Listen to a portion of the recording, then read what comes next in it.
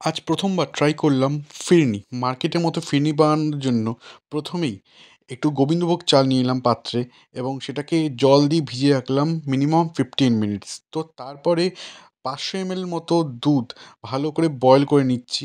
দেখতেই পাচ্ছ আমি গ্যাসে অলরেডি বসিয়ে দিয়েছি এবং সেটাকে ভালো করে বয়েল করতে হবে যাতে দুধটা যা নিয়েছি তার থেকে যাতে একটু কমে যায়। পাশাপাশি মিক্সারে কিছু এলাচ গ্রাইন্ড করে নেব, কারণ এতে ফ্লেভারটা খুব সুন্দর আসে। এবং দুধটাকে ঘন করার জন্য আমুলিয়ার একটা প্যাকেট নিয়ে নিলাম এবং সেইটার মধ্যে একটু যে দুধটাকে বয়েল করছি তার একটু অংশ নিয়ে সেটাকে ভালো করে মিক্স করে ঢেলে নেব হচ্ছে পাত্রের মধ্যে এবং সেটাকে আরও বয়েল করব যাতে টেস্টটা ভালো আসে। এবং এরপর গ্রাইন্ড করা যে এলাচগুলো আছে সেগুলো দিয়ে দিলাম এবং স্যাফরন দিয়ে দিলাম যাতে কালারটা আসে। তো এরপরে দুধটাকে আবার ভালো করে বয়েল করব এবং করতে করতে করতে করতে একটু হলদে কালার চলে আসবে।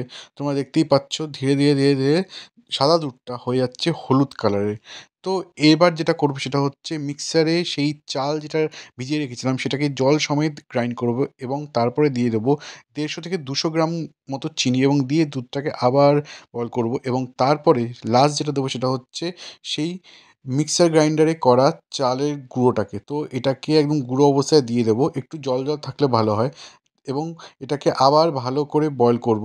তো অনেকক্ষণ বয়েল করার পরে এবার পাত্রে নিয়ে নেব, তার উপরে একটু কাজু ছিটিয়ে দিলাম। এবার ফ্রিজে রেখে দেবো 3 থেকে 4 ঘন্টা মিনিমাম।